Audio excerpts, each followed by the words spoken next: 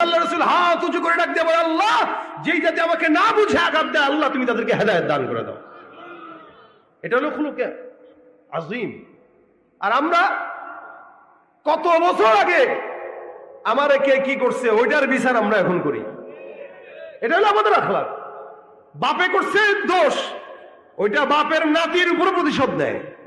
এটা হলো আমাদের আখলাক। অথচ আমরাও মুসলমান। নবী করিম সাল্লাল্লাহু আলাইহি সাল্লাম বলেন, লা ইউমিনু আহাদুকুম হাত্তা ইয়াকুনা হাওয়া তাবান লিমা জিতু বি।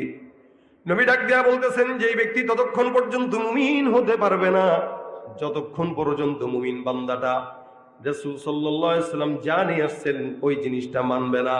অর্থাৎ আমি যেমনে নিয়ে আসলাম, সম্মান নিয়ে আসলাম, আখলাক নিয়ে আসলাম, চরিত্র নিয়ে আসলাম, কোরআন নিয়ে আসলাম, আমি কিভাবে হাঁটি, কিভাবে চলি, এই সব কিছু যতক্ষণ পর্যন্ত একজন ইমানদার মানবে না, ওই ব্যক্তিটা ততক্ষণ পর্যন্ত মুমিন হতে পারে না। রাসূলের প্রত্যেকটা পদক্ষেপ মানা এটা আমাদের জন্য জরুরি। প্রত্যেকটা পদক্ষেপ। আল্লাহ রাসূলের অন্যতম আখলাক দেখেন, পয়গম্বর আরবি সাল্লাল্লাহু আলাইহি ওয়াসাল্লাম একবার কোন যুদ্ধের ময়দান থেকে ফিরতেছেন সাহাবা আজমাইন সঙ্গে।